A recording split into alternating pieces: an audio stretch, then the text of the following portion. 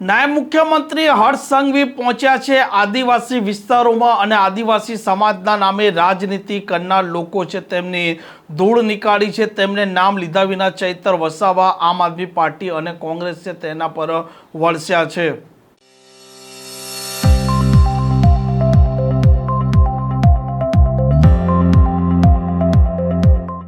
નમસ્કાર, આપ જોઈ રહ્યા છો હોટલાઇન ન્યૂઝ અને હું છું આપણી સાથે તોફિક ગાંચી। સ્થાનિક સ્વરાજની ચૂંટણીને લઈને અત્યારે રાજકીય પાર્ટીના નેતાઓ ઝંઝાવાતી પ્રચાર કરી રહ્યા છે, સભાઓ ગજવી રહ્યા છે અને એક નેતા બીજા નેતા પર ગંભીર આરોપ પણ લગાવી રહ્યા છે અને સવાલો પણ પૂછી રહ્યા છે। અને આદિવાસી વિસ્તારોમાં જે પ્રકારે ઝંઝાવાતી પ્રચાર કરી રહ્યા હતા આમ આદમી પાર્ટીના ધારાસભ્ય ચૈતર વસાવા અને તેમણે આ આદિવાસી સમાજ છે તેને ભારતીય જનતા પાર્ટી છેતરી રહી છે અને આદિવાસી સમાજને અન્યાય થયો છે તેવી વાતો પણ ચૈતર વસાવાએ કરી હતી અને દાહોદ પહોંચ્યા છે નાયબ મુખ્યમંત્રી હર્ષ સંઘવી અને આદિવાસી સમાજના નામે રાજનીતિ કરનાર પર તે વળસ્યા છે। ગુજરાતમાં તો મારા આદિવાસી ભાઈઓનો વટ એવો મજબૂત છે ને કે રાહુલ ગાંધી જે વિદેશની ધરતી પર આપણું બંધારણ બદલી નાખીને તમારું અનામત નિકાલી લેવાની વાત કરતા રાહુલ ગાંધી ગુજરાતમાં આવે તો જય આદિવાસી કરવું જ પડે। વટ છે કે નહીં ભાઈ? અને વિદેશની ધરતી પર જાય તો શું કરે પાછા?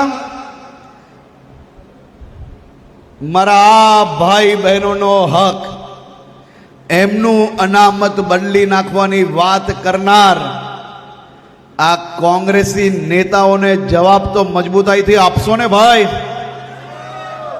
અને વટથી આપશો કે નહીં?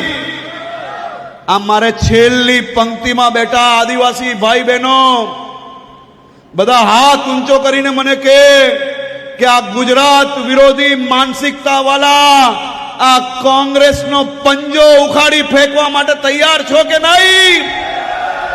આ આપના ઝાડુનો સફાયો કરવા માટે તૈયાર છો કે નહીં? એમ તો તમારો વટ બહુ મજબૂત, હા ભાઈ। એ તમારી તાકાતને દાત આપવી પડે, તમારા તાકાતને નમન અને વંદન કરવા પડે।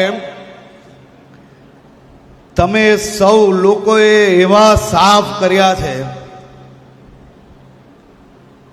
કે આ કોંગ્રેસીઓને ગામે ગામ ઉમેદવાર નથી મળતા।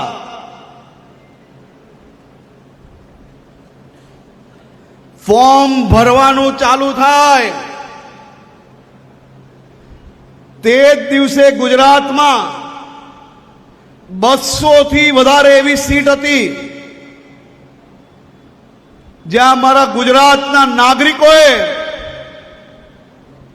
આ ગુજરાત વિરોધી માનસિકતા વાળા લોકોને ઓળખીને એવી પરિસ્થિતિ કરી કે આમાંની એક બી પાર્ટીને કોઈ ઉમેદવાર પ્રાપ્ત ના થયો। જેટલા લોકોએ ફોર્મ ભર્યું તેમાં કેટલાય હોશિયાર લોકો જે મારા આદિવાસી વિસ્તારના ભાઈ બહેનોનો વોટ માંગવા ગયા, નગરોમાં વોટ માંગવા ગયા, મોટા મોટા શહેરોમાં વોટ માંગવા ગયા અને 2 જ દિવસમાં અંદાજો આવી ગયો કે ગુજરાત વિરોધી માનસિકતાને આ વર્ષે ગુજરાતના કોઈ બી ક્ષેત્રમાં લોકો એને આવકારતા નથી, એનો સફાયો કરવાની તૈયારીમાં છે। અને કાલ સાંજ સુધી ગુજરાતની જનતા 720 થી વધારે સીટ પર આપણે સૌ લોકો વિજય થયા। કાલે ગુજરાતની જીત થઈ છે।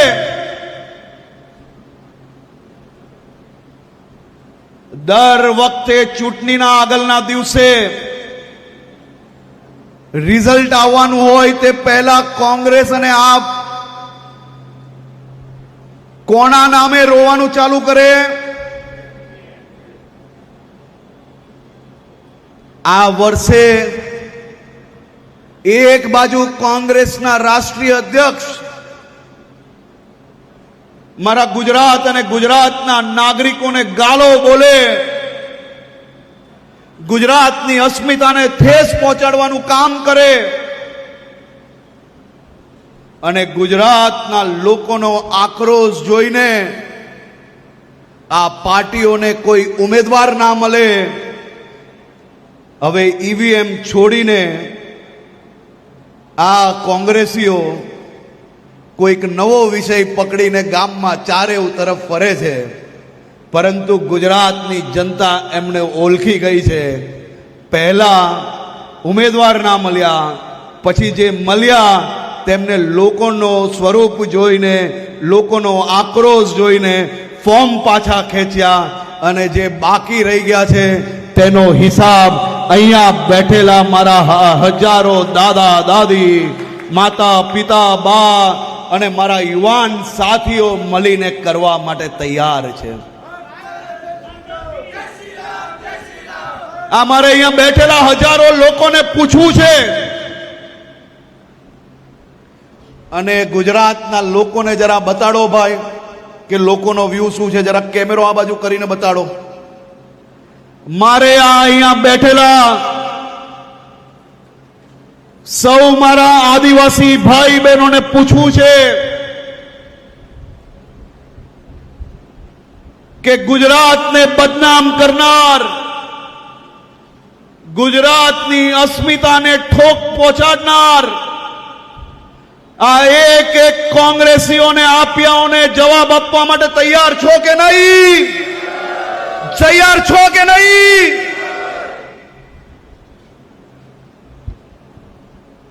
આ દ્રશ્ય જોઈને બાકી બી જે રહ્યા છે ને, એ દાહોદ જિલ્લાથી તો ચાલતી પકડી જ લેશે.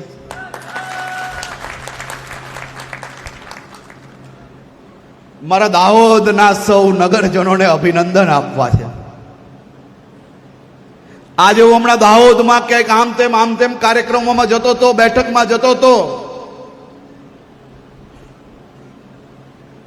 તો કાર્યાલયો તો અનેક જોઈ, પણ કોઈક કાર્યાલયમાં પંજો ઊંધો લટકતો હતો અને કાર્યાલય ખાલી ખમ પડી હતી. કોઈકમાં ઝાડુનો એવો સફાયો હતો કે ત્યાં કાર્યાલયના શટલ બી બંધ પડ્યા હતા. આ દાહોદ નગરના લોકોને અભિનંદન આપવા પડે કે તમે એવું તો શું કર્યું કે આ ગુજરાત વિરોધી માનસિકતા વાળા લોકોના સુપડા સાફ ચૂંટણી પહેલા તમે કરી નાખ્યા. તે બદલ અભિનંદન આપું છું. આજે મારે દાહોદ જિલ્લાના નાગરિકોને એક હિસાબ આપવો છે.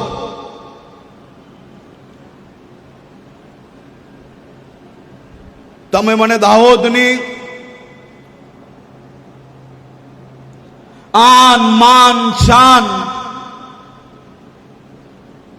એવી પાઘડી જે પહેરાવી છે, એ પાઘડીને હું મારા જીવનની સૌથી મોટી જવાબદારી સમજીને આજે તમારી સૌની સરકાર દ્વારા તમારા સૌ માટે શું કામ કરવામાં આવ્યા છે તે હિસાબ આપવા આવ્યો છું. મારા દાહોદ જિલ્લાના સૌ નાગરિકોને દેશભરમાં લોકો શ્રમિકો તરીકે ઓળખતા હતા. મારા દાહોદ જિલ્લાના નાગરિકો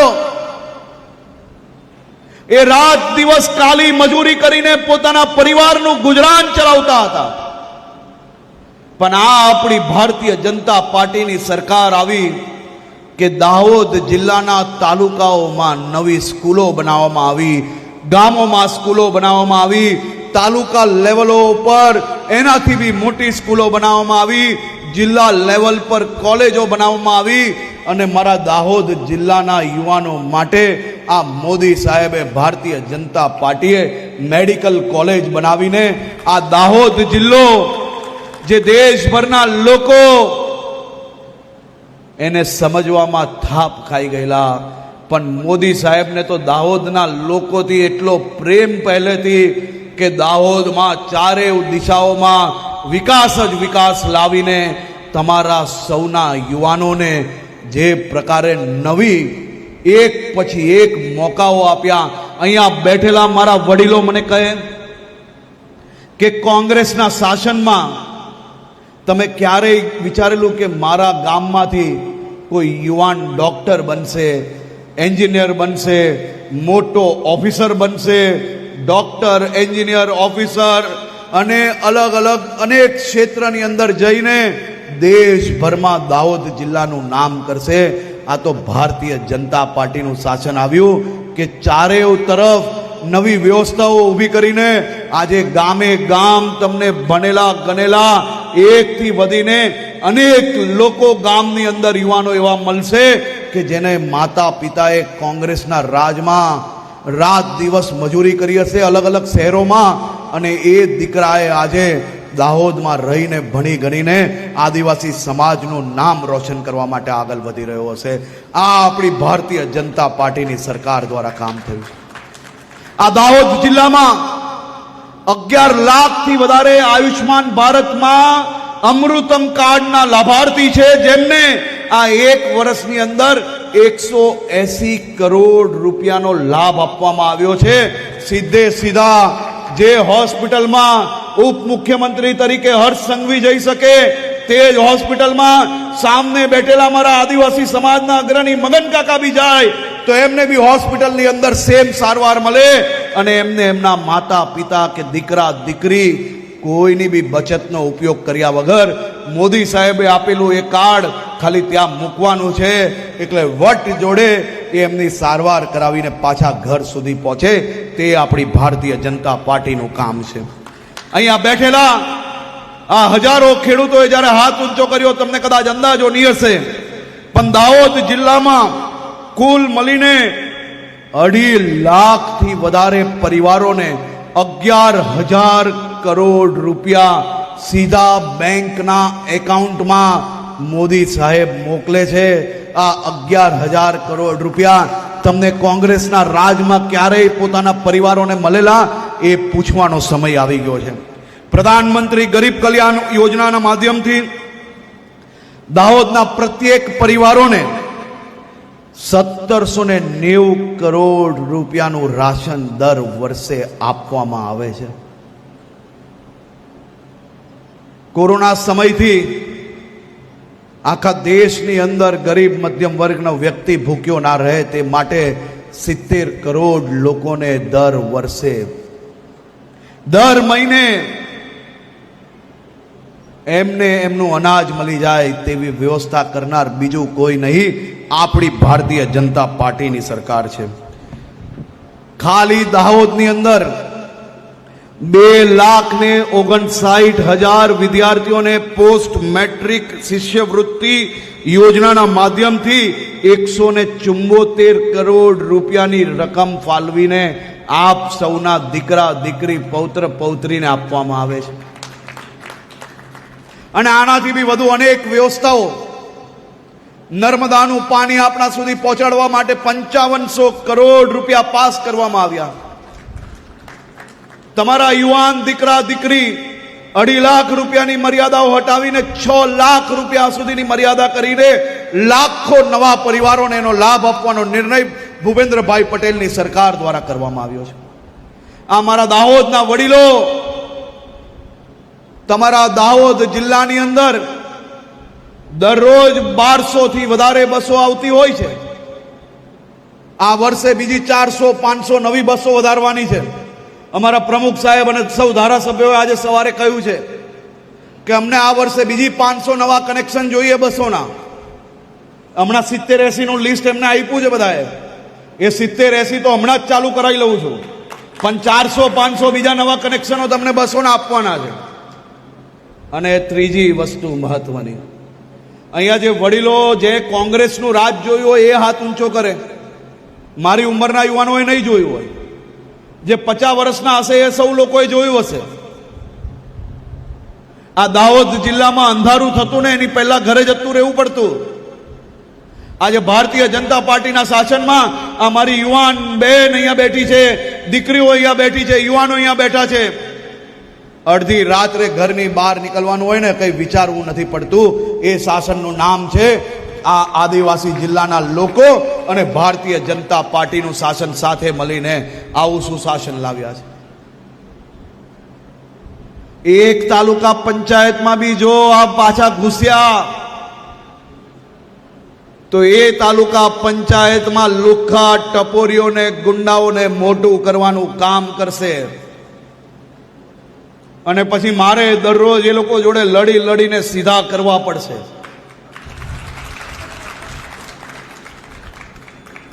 એના કરતા દાહોદના એક બી ગામમાં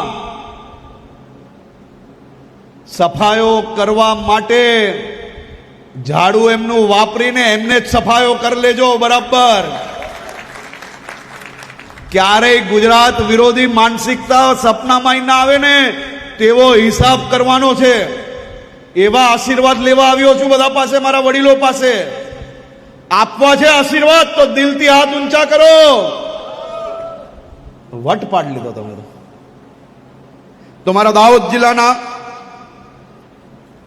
સૌ વડીલો, યુવાન સાથીઓ, તમારા સૌ માટે રોજગારીની નવી તકો ઊભી થાય તે માટે આપણા મોદી સાહેબે રેલવેમાં નવી કોચ અહીંયા બનવાનું જે એન્જિનો છે તેમાં દાહોદ જિલ્લાના હજારો લોકોને નવી રોજગારીની તકો મળવાની છે.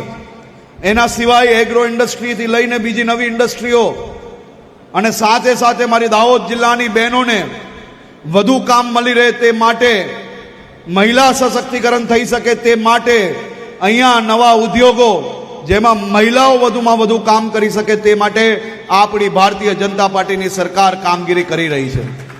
અને તમારા સૌના સાથ સહયોગથી આપણી સૌની સરકાર, આપણી સૌની પાર્ટી એટલે ભારતીય જનતા પાર્ટીનો વિકાસ દાહોદમાં ખૂને ખૂને કોંગ્રેસ. આ પ્રકારના સમાચાર માટે હોટલાઇન ન્યૂઝ ડિયા ચેનલને લાઇક, શેર અને સબસ્ક્રાઇબ કરવાનું ભૂલતા નહીં. નમસ્કાર. આવા પ્રકારના વિડીયો તમને જોવા ગમતા હોય તો હોટલાઇન ન્યૂઝ ચેનલને લાઇક, શેર અને સબસ્ક્રાઇબ કરો.